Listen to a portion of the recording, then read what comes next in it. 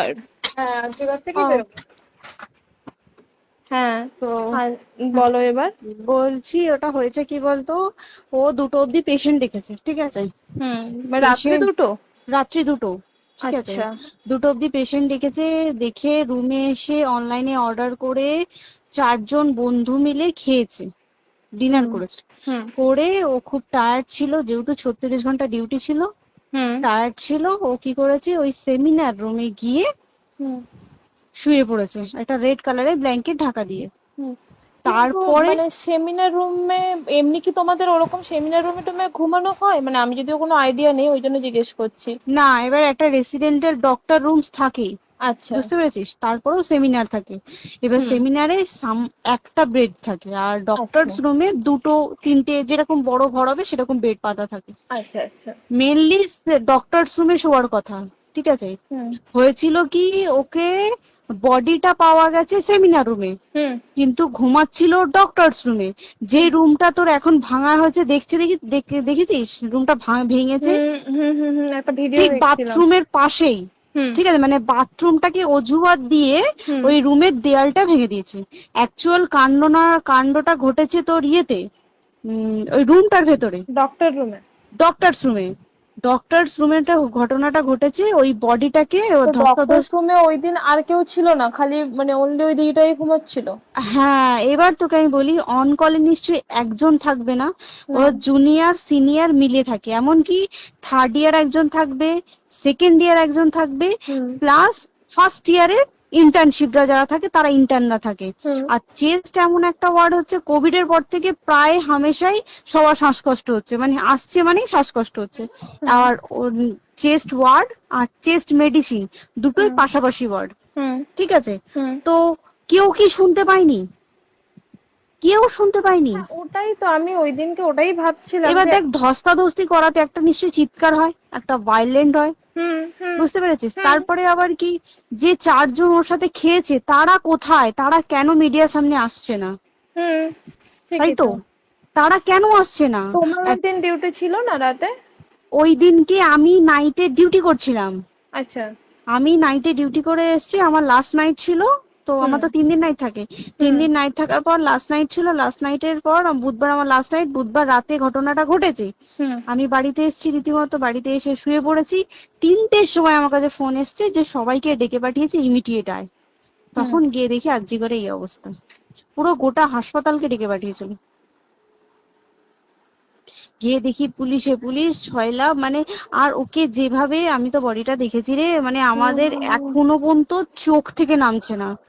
রীতিমতো মনে হচ্ছে মেয়েটা যেন আমাদের পাশে পাশে ঘুরছে, হুম একদম হুম হুম এরকম, মানে মানে অদৃশ্যমান, মানে আমরা এরকম ভাবতে পারছি না যে এরকম ভূত হুম থাকে বা একটা স্পিরিট থাকে বা কিছু। এখন আমরা বুঝতে পারছি না, ওর আত্মাটা এখনো ঘুরছে আমাদের আশেপাশে। দেখ, ওর আমার তলাটায় না, কিন্তু ওর থেকে ও থাকে 4তলায়, 4তলায় ঘটনাটা ঘটেছে, ঠিক 2টো ফ্লোর নিচেই আমি থাকি, আমার আচ্ছা। রুমটা, ঠিক আছে। কিন্তু তাও আতঙ্কে আমরা মানে একদম স্তব্ধ হয়ে গেছে আরজিকরটা। কিন্তু ব্যাপারটা হচ্ছে, তাহলে ডক্টর রুম থেকে ওকে সেমিনার রুমে নিয়ে যাওয়া হয়েছে? হ্যাঁ, অবশ্যই নিয়ে যাওয়া হয়েছে। এবার দেখ, নিয়ে যাওয়া হয়েছে, ওকে যেভাবে মারা হয়েছে, এটা একার পক্ষে সম্ভব অসম্ভব, না দিস একদম। Is a impossible. পুরোপুরি গ্যাং রেপ, গ্যাং রেপ ছাড়া কোনো কিছু নয়। আর শুধুমাত্র রেপ নয়, রেপ করলো ছেড়ে দিল, ঠিক আছে, ওকে রীতিমতো মার্ডার করেছে। মানে মানে হিসেব মতো যা বুঝছি মানে তোমার কথাতে, হ্যাঁ, ওটা হচ্ছে ওর ওই বন্ধু বান্ধব মেবি ইয়েস, জড়িত। এক্স্যাক্টলি। হয় ওর বন্ধু বান্ধব কেউ, ঠিক আছে, মানে 4জনের মধ্যে কেউ, আইদার ওকে এমন কিছু করতে বলতে। দেখ, বড় বড় কোম্পানিতেও তো এরকম হয়, মানে হুম হয় তুমি আমার সাথে কম্প্রোমাইজ হুম করো, নয় হুম তুমি হুম চাকরি হুম ছেড়ে চলে হুম যাও, হুম হুম হুম হয় তো। হুম হুম। এখানেও সেরকম কিছু একটা হয়েছে। যাকে যে ক্রাইম করেছে, সেও কিন্তু নর্মাল ডক্টর নয়, কিন্তু সেও একটা ভালো পোস্টে র্যাঙ্ক করছে, বুঝতে পেরেছিস। তবেই কিন্তু পুরো ব্যাপারটাকে হসপিটাল চেপে যেতে চাইছে, পুরো ব্যাপারটাকে। তাহলে এই সিভিক যে, ও কোথা থেকে আসছে? এবার তোকে আমি বলি, ওটা কোথা থেকে আসছে। আমাদের প্রিন্সিপাল চেঞ্জ হয়ে গেছে, ডেপুটি সুপার চেঞ্জ হুম হয়ে গেছে, তারপরে আমাদের ওই অ্যাসিস্ট্যান্ট সুপার চেঞ্জ, সব চেঞ্জ হয়ে গেছে। হুম তারপরে যে ওয়ার্ডের ডাক্তাররা ছিল, সিস্টাররা ছিল, ওয়ার্ড বয়রা ছিল, মাসিরা ছিল, সবাইকে ডেকে এখন হুম সাসপেন্ড করা হয়েছে। হুম তারা কোথাও যেতে পারবে না, রোজ গিয়ে কোর্টে গিয়ে দেখা করছে। আজকেও কোর্টে গেছিল সবাই। হুম তারপরে উম, তারপরে তোমার তোর এগুলো হলো, তারপরে তোর কি বলে, আরে বল না, ওই সিবিআই এটা হয়েছে কি, মানে ও সেই সঞ্জয় রায় যে ধরা পড়েছে, হুম অ্যাকচুয়াল কিন্তু ও নেই, হুম ঠিক আছে? ওর এতটা ক্ষমতাই হয় না। ও অত রাত্রে কি করতে যাবে? হুম ও অত রাত্রে ওখানে কি করতে যাবে?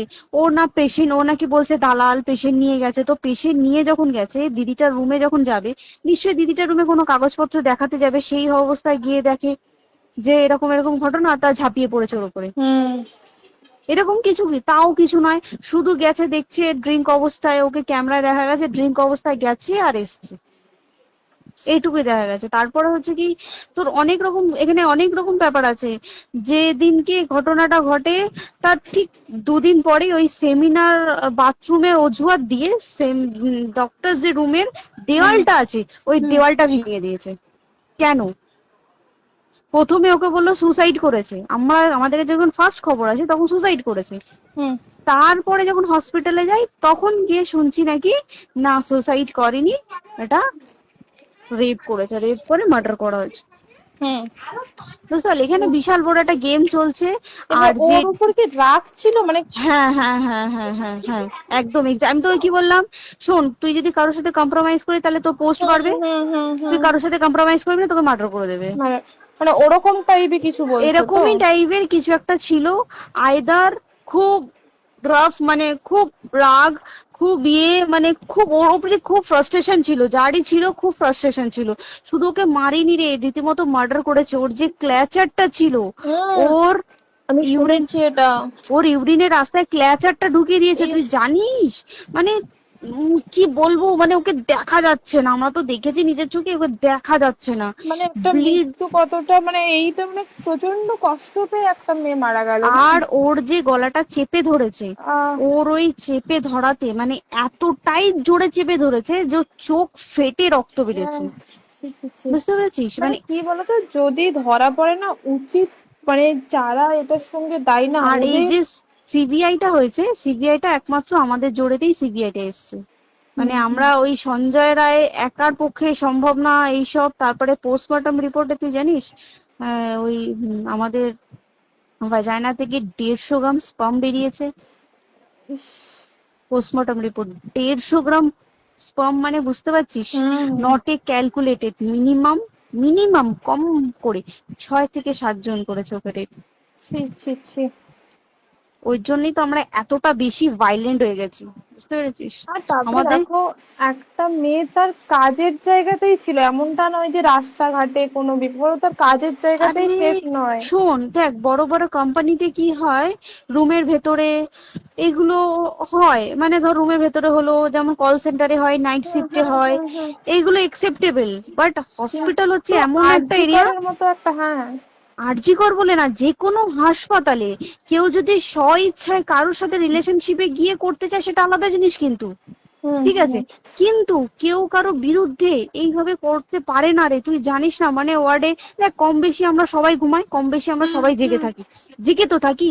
তাতে কি কেউ শুনতে পায়নি? তার কি একদম সেটাই। ভাইলেন্স ছিল না?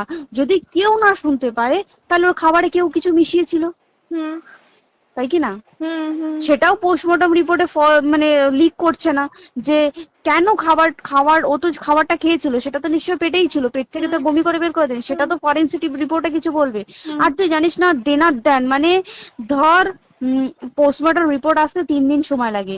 হুম ও যেদিনকে মরেছে ঠিক তার পরের দিনকে বিকালবেলা পোস্টমর্টম রিপোর্ট বার করে দিয়েছে, মানে বডি বার করো আর পোড়াও, হুম 10 সেকেন্ডের মধ্যে ওর বাড়িতে নিয়ে গেছে, তারপরে বডি পুড়িয়ে দিয়েছে। মানে কি বলবো, হসপিটাল, মমতা ব্যানার্জি, সবাই, মানে তৃণমূল প্রত্যেক সবাই হুম এটাকে পুরোটাই, কেসটাকে চাপা দিতে চাইছে, পুরোটা পুরোটা। তবে তুই ভাব, যে মানুষটাকে এত ক্ষতবিক্ষত ভাবে মেরেছে, তাকে অভিষেক ব্যানার, রেপ কি কলকাতায় প্রথম হলো? নয়, হুম বিভিন্ন জায়গায় বিভিন্ন ভাবে রেপ হয়েছে, হুম ধরা পড়েছে। ফাঁসি হ্যাঁ। হয়েছে কি হুম। জেল হয়েছে। হুম। অভিষেক বন্দ্যোপাধ্যায় কেন বললো জাস্ট ইট তোর কি বলে এনকাউন্টার করতে? মানে কি সঞ্জয়কে যদি এনকাউন্টার করে পুরো কেসটা চাপা পড়ে পুরো যাবে, কেসটা চাপা পড়ে যাবে একদম। স্টুডেন্টরা ঠান্ডা হয়ে যাবে, হুম হুম। আর আমরা সেটা মানবো না, আমরা সেটা হতেই দেব না। তাতে যদি চাকরি মানে আরজিকরটাকে সিল করতে হয় তাতেও আমরা রাজি আছি, সিল করে দেওয়া হোক আরজিকর, সিল করে দেবে মনে হচ্ছে যদি ঠিকঠাক ভাবে। এবার ওই জন্য আমাদের দাবিতে সিবিআই এসছে। এবার তুই একটা কথা বল, যখন দেখতে পাচ্ছে মমতা ব্যানার্জি যে কলকাতা পুলিশ আমাদের জন্য কিছু করতে পারছে না, আমরা কিছু মানতে পারছি না, 7 দিন ধরে বার করতে পারছে না, হুম। তাহলে সেটা 2-3 দিনের মধ্যে কেন হ্যান্ড ওভার করে দিল না? হুম। তাই তো। তাই কি না? তারপরে দেখ পিডব্লিউডি ওটা লো পোস্টের মানুষ, মানে যারা ভাঙচুর করে, মানে সিমেন্টের যারা কাজ করে তাদেরকে পিডব্লিউডি বলে। হুম। এবার পিডব্লিউডির নিশ্চয়ই হায়ার অথরিটি থেকে অর্ডার এসছে তবেই ওরা গিয়ে ভেঙেছে। ওরা নিশ্চয়ই পাগল নয় দুম করে গিয়ে কোনো গভর্নমেন্ট প্রপার্টি ভেঙে দেবে। হুম। অর্ডারটা কে পাস করলো যে এখনই চেস্ট ওয়ার্ডটাকে ভাঙতে হলো?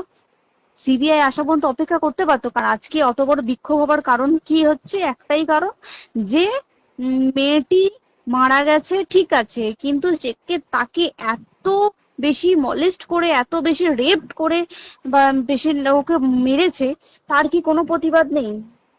তুই কোথায় সেফ পাবি তুই আমাকে বল? তুই ধর চাকরি ছেড়ে আজকের সরকারি চাকরি ছেড়ে তুই প্রাইভেটে যাই, প্রাইভেটেও তো তাই একই কোথাও না, অবস্থা, একদম একদম। প্রাইভেটেও একই অবস্থা। তুই কোনো চায়ের দোকান খুলে বসবি, অনার্সশিপে তুই বসলেও তাও এসে তো হাজার ছেলেরা থাকে, হুম। হাজার ছেলেরা টিজ করে, তুই কোথায় কি করবি? তাহলে আমাদের সেফটি কোথায়? আমাদের মুখ্যমন্ত্রী মমতা ব্যানার্জি সে একটা লেডি হয়ে তাহলে আমাদের কি সেফটি দিয়েছে? আমাদের কি লক্ষ্মী ভান্ডার দিলে this is a problem solve? পুরো মাসের আমাদের কি সব খরচা চলে যায় লক্ষ্মী ভান্ডারে? জানি না, আই ডোন্ট নো। মানে আমরা প্রচুর ক্ষেপে আছি, প্রচুর। মানে এর বিচার না চাওয়া পর্যন্ত তুই ঠিকই তো। ভেবে চল কি এটা সলভ হবে না।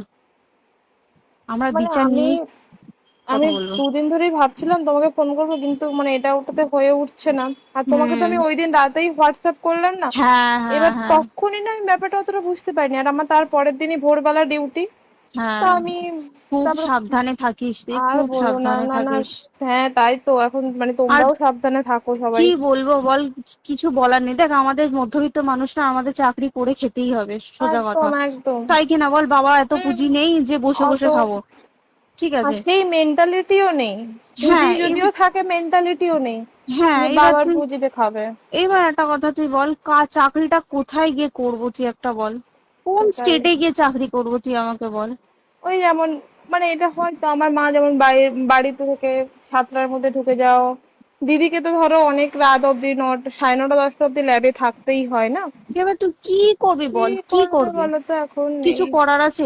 দেখ ল্যাবেও তো সব ছেলেরা আছে, ছেলে হ্যাঁ আছে মেয়ে আছে। তুই একদম। কাকে বারণ করবি, তুই কাকে বিশ্বাস করবি তুই বল? তুই ধর কলিগদের সাথে খেতে বসেছিস, ঠিক আছে, তোর টিফিনটা যদি কেউ চাইলো তুই তাকে না দিয়ে পারবি? না একদমই। আর কার মনে যে কি আছে সেটাই তো কি খুব বলবি সমস্যা। বল? এবার তুই বল খাবারটা যে খাবি, তোর টিফিন কেউ চাইলো বা তোকে যদি কেউ বললো কে একটু একটু খা, যেমন আমরা শেয়ারে হয় স্কুলে হ্যাঁ যেটা আমাদের আমাদেরও শিখে হয়, এসেছি, যেটা হ্যাঁ স্বাভাবিক, এটা সবারই এটা তো হয়। স্বাভাবিক। তুই বল তাতে যদি এরকম অবস্থা হয় তাহলে কি করবে মানুষ, তুই আমাকে বল? আজকেও তো তাই আমাদের দেখ না, 11টা থেকে আমাদের তোর ক্যান্ডেল দিয়ে হোয়াইট ড্রেস হুম। পরে সব শ্যামবাজারে একতা হবে। এখন আবার বৃষ্টি শুরু হয়েছে, কে জানে বৃষ্টি, কি প্রচুর বৃষ্টি শুরু হলো। কি হুম। হবে জানি না আমি। ঠিক আছে গো, টাটা। হ্যাঁ হুম চল টাটা। হুম হুম হুম। হুম হুম।